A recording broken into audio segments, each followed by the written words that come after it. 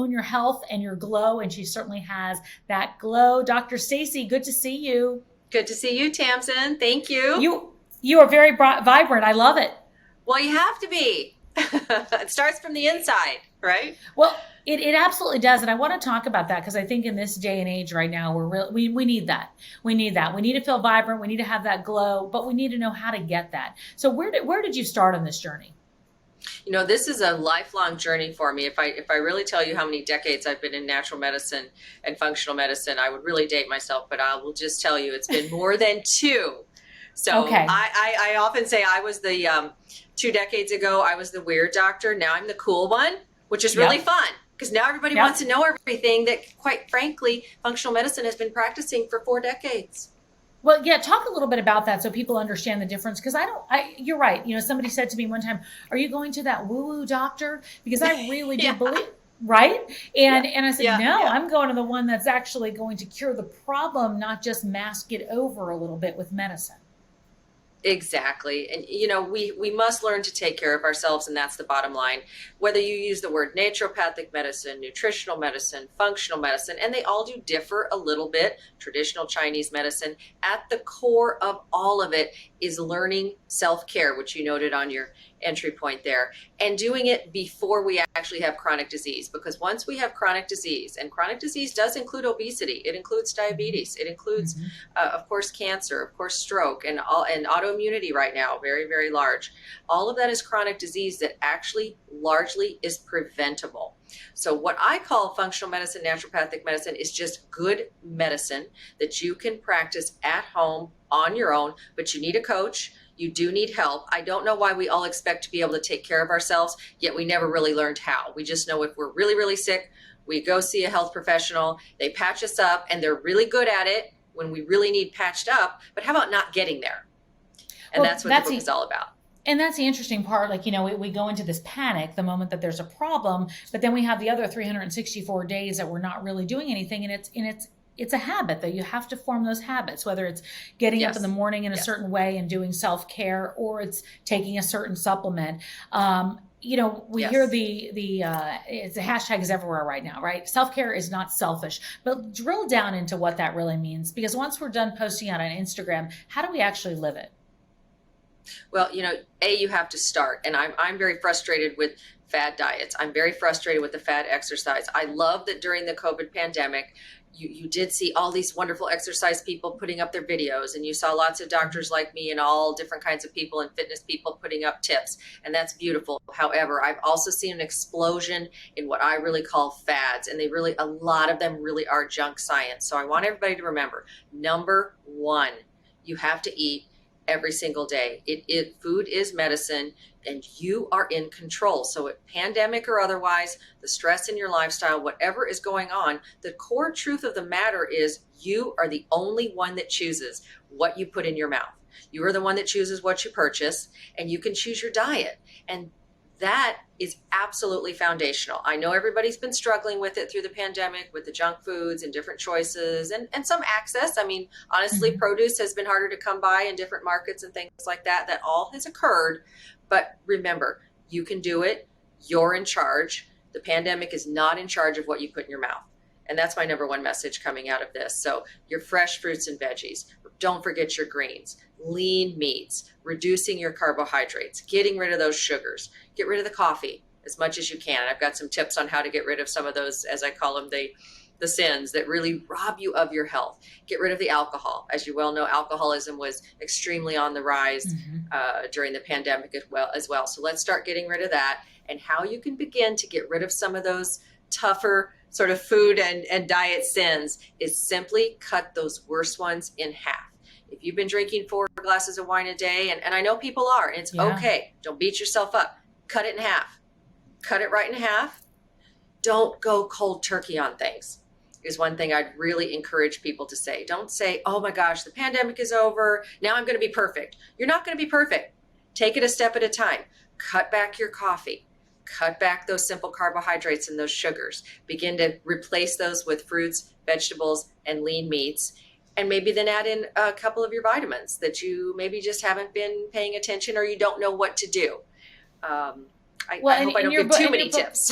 No, not at all. Because, you know, I think it's interesting. There's a couple of things, you know, there's a lot of tips, and then there's also forming those habits. And I always think that, you know, those habits take a little bit of time.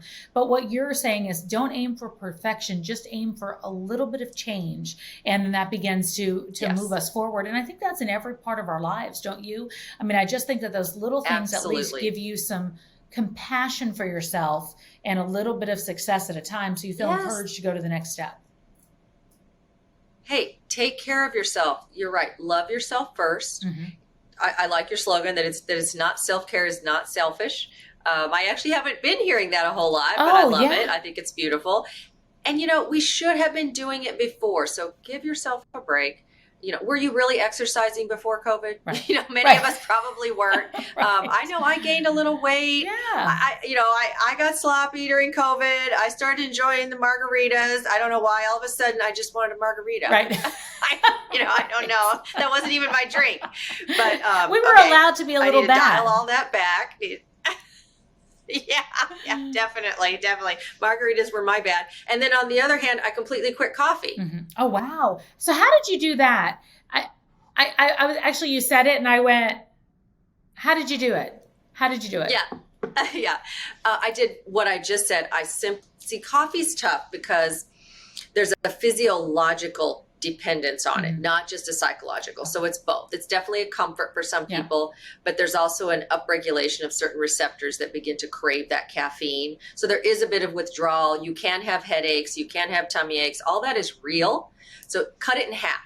If you just go 50% right away, you won't get any of those withdrawal symptoms. Okay. And I mean, even if you're the 10, don't be embarrassed. If you're the 10 cup person and cut it to 5. Yep. I'm a 1 cup a day, but what was happening in the pandemic was you moved to the 2. Sure. And then, maybe I'll have a little bit in the afternoon. So I did my own, I took my own medicine basically, and I just cut it back. For me, because I didn't drink a whole lot. It probably only took a week. That's great. But what a difference. What a difference. And I'm sure you're sleeping different. And there's something else I want to talk to you about, because you brought it up before and you've seen it a lot on coming up next. We talked a lot about menopause lately, because I think people are finally talking about it out there. And look, I wasn't talking about it 2 years ago. I was dealing with it unbeknownst to me, but I wasn't talking about it because it felt like a weird word that you whispered, like, I'm in menopause. You're hearing more and more people talk about it finally, but really all the tips you have move right into this next transition in our lives. Absolutely. And number one message I want everybody to hear right now is menopause is not a disease. I think it's been treated like a disease. Then we created this concept of perimenopause. And I'm going to let you know that while I'm not against that word by any stretch, we then began to teach women that you have perimenopause. And that became an, oh my God, just like you said, you're a beautiful lady, you're healthy, you are vibrant. I can tell just by looking at you. And then the big word menopause, right? It sounds terrible, but almost sounds like cancer. It's like, makes you feel like you have a disease. So number one, free yourself. You don't have a disease, but your body is going through certain changes. And some people are struggling more because they haven't taken care of themselves in the first place. And number one is the adrenal glands. I don't know if you've talked a whole lot about that on some of your menopause shows, but because we're drinking the coffee and we're eating the sugar and we've had a poor diet and we've not exercised and women do everything for everybody. Yes. We know that. We all certainly that's learned that. probably been going on in your life. Yes. Yeah. How did we learn? I think we learned that from our moms, right? But then you get into this phase in your world where there's no more adrenal reserve. Right. So the adrenal glands, which are your glands on top of your kidneys, they take over after the ovaries begin to reduce their production of estrogen and progesterone. Okay. So a normal life cycle is you shouldn't have severe symptoms in menopause, but we do. And we do because we're in an industrialized, busy, push society, and we haven't taken care of ourselves. So you have to do what you just said. You have to really get foundational. And I'm not against a little bit of hormone replacement. It can be very helpful. So I'm not against what works for everybody. But if you don't do the foundation, which is what you put in your mouth, your fitness and exercise, working with your connection and relationships, supporting yourself, reducing those cortisol levels, really any of the medications that you take and the hormone replacements probably not going to sit very well with you if you don't get back to that nourishing of your body and those foundations that candidly you should have been doing moving into Right. menopause. And if you were, you probably would go through it more smoothly. But again, don't beat yourself up if you're struggling. And certainly don't feel embarrassed about sharing, because, by the way, 50% of the entire Yes. world will ultimately Yes. experience it as well. So let's Well, I talk heard about it. a staggering statistic and yet a comforting one at the same time. Ironically, 1 billion women by the year 2025 will be menopausal. And so I was like, oh, good. I'm definitely not alone out there. But, you know, it is interesting when you talk about coffee, and I've noticed that coffee aggravates my hot flashes. Like it actually, there is an actual, and I've noticed it. So for me to notice it must be pretty, pretty real. We know that research-wise, coffee it will actually make the hot flashes worse. It's because of the hypothalamic triggering in your brain. I don't know if you're having that sort of the heat in your head with the coffee. I have all of it. I have it on literally TV. The upper part. I have it everywhere. Oh gosh. Oh gosh. And you know what? Another wonderful remedy I love that you might work with is called evening primrose oil. And it can calm. It's a natural oil. You take it orally. You can buy it at any health food store. And it's kind of an oldie but goodie. I don't know that it's super in fashion right now, but it's extremely helpful. Also working with your essential oils, your EPA, DHA, what everyone likes to call fish oil. Make sure you're taking your fish oil during those perimenopause and menopause years.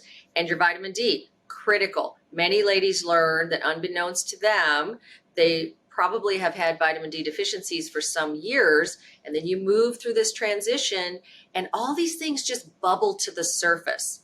So pick them off one at a time. Don't overly focus, I would say, on that hormone piece. Work on all of those foundational pieces. And then when you've addressed that, if you still feel like you're not getting control, say for you with those significant hot flashes, you're on television, you know, it's probably affecting you. You're doing a show, you're doing an important interview. Maybe you do need a little bit of hormone replacement down the line, but I would work on the foundations first. Well, we need to have you back on and do, I think maybe one whole show on this, because I've had so many people send so many questions over asking about it, and they just want to feel like they have a few answers, because I guess in this journey, there's not a one size fits all. We know that everyone has, things that affect them differently. However, all of us can take care of ourselves and try to have that vibrant lifestyle from within.